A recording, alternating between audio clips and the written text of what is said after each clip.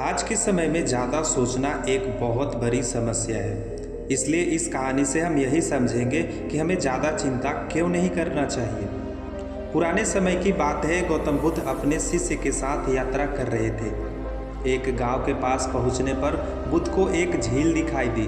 उन्होंने अपने सबसे प्रिय शिष्य आनंद से कहा, आनंद, मुझे प्यास लगी है, क्या तुम मुझे झील से मेरे लिए पानी ला सकते हो? आनंद ने खुशी खुशी उस झील की ओर प्रस्थान किया। जब वह झील के पास पहुंचा, उसने देखा कि कुछ लोग झील में कपड़े धो रहे थे। पानी गंदा हो चुका था।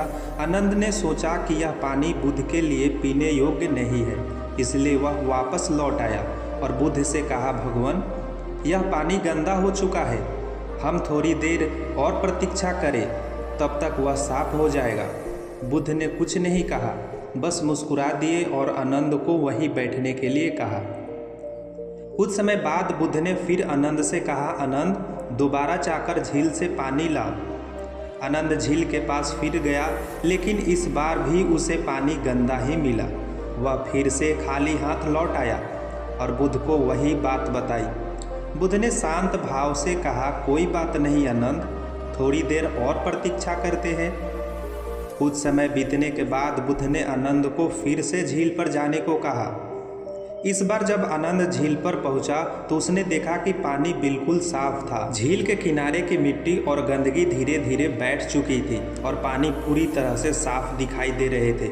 आनंद ने झील से पानी भरा और बुद्ध के पास लौट आया। बुद्ध ने आनंद से कहा, आनंद, इस पानी से हमें यह समझ में आता है कि जब हम अति चिंतन या उलझन में होते हैं तब हमारा मन भी इसी तरह अशांत और गंदा हो जाता है। परंतु अगर हम शांत बैठकर कुछ समय प्रतीक्षा करें तो वही गंदगी अपने आप बैठ जाती है और हमारा मन फिर से शांत और स्पष्ट हो जाता है।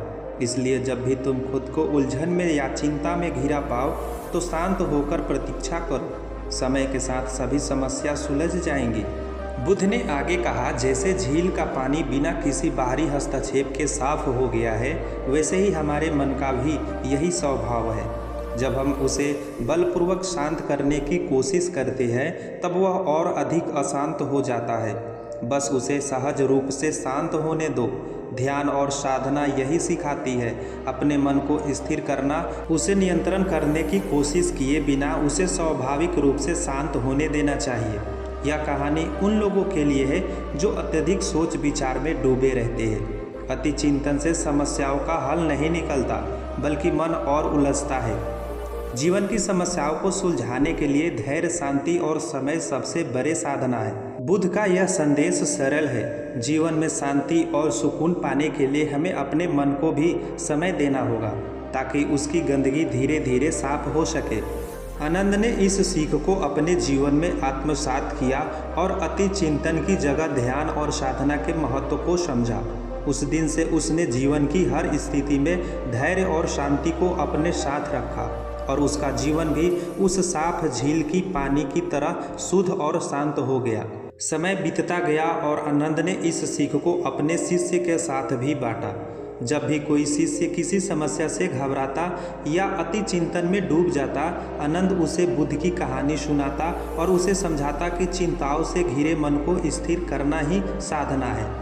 एक दिन बुद्ध के अन्य शिष्य ने आनंद से पूछा, आनंद, क्या अति चिंतन से बचने का कोई और तरीका है? आनंद मुस्कुराते हुए कहता है, ध्यान ही अति चिंतन से मुक्ति का मार्ग है। जब तुम ध्यान करते हो तो तुम अपने विचार को देखने लगते हो, तुम उन्हें जाने देते हो बिना किसी जकड़न के। ध्यान का यही उद्देश्य है, अपने विचारों को आना और जाने देना। जैसे एक नदी बहती है, वैसे ही हमारे विचार भी बहते रहते हैं। जब तुम नदी को बहने दोगे तब उसका पानी साफ हो जाएगा। शिष्य ने और अधिक समझने की इच्छा जताई तो आनंद ने एक और उदाहरण दिया। सोचो, तुम्हारे हाथ में एक प्याला है, अगर तुम उसे भरते जाओ और कभी उसे खाली ना करो तो वह प्याला भर जाएगा और बहने लगेगा। यही स्थिति हमारे मन की होती है। अगर हम हर वक्त अपने मन को विचारों से भरते जाएंगे तो वह भारी हो जाएगा। हमें उसे खाली करने का समय देना होगा। ध्यान ही वह प्रक्रिया है जो तुम्हारे मन के प्याले को धीरे धीरे खाली करती है। ध्यान और शांत मन के महत्व को समझने के लिए बुद्ध ने भी कई बार इस विषय पर प्रकाश डाला है। उन्होंने अपने शिष्य को बार बार यही सिखाया कि अति चिंतन और चिंता से बचने का एकमात्र तरीका मन को स्थिर और शांत करना है। उनका मानना था कि जब हमारा मन शांत होता है तभी हम सच्चाई और वास्तविकता को स्पष्ट रूप से देख सकते हैं।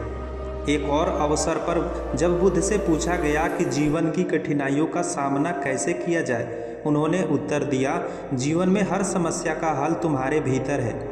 बाहरी दुनिया में समाधान ढूंढने की बजाय अपने भीतर झांको। ध्यान और साधना तुम्हें वह अतिरिक्त दृष्टि प्रदान करेंगे जिससे तुम्हें जीवन की सभी समस्याओं का हल आसानी से ढूंढ पाओगे। जब तुम्हारा मन स्थिर होता है तभी तुम जीवन की वास्तविकता को समझ सकते हो। यह सुनकर शिष्य बहुत प्रभावित हुए और उन्होंने अपने जीवन में ध्यान को अधिक महत्व देना शुरू किया। धीरे धीरे उन्होंने देखा कि उनकी चिंताएं कम होने लगी और वे जीवन की हर परिस्थिति में अधिक धैर्यवान और शांत हो गए। यह कहानी यही सिखाती है कि अति चिंतन से कुछ भी हासिल नहीं होता।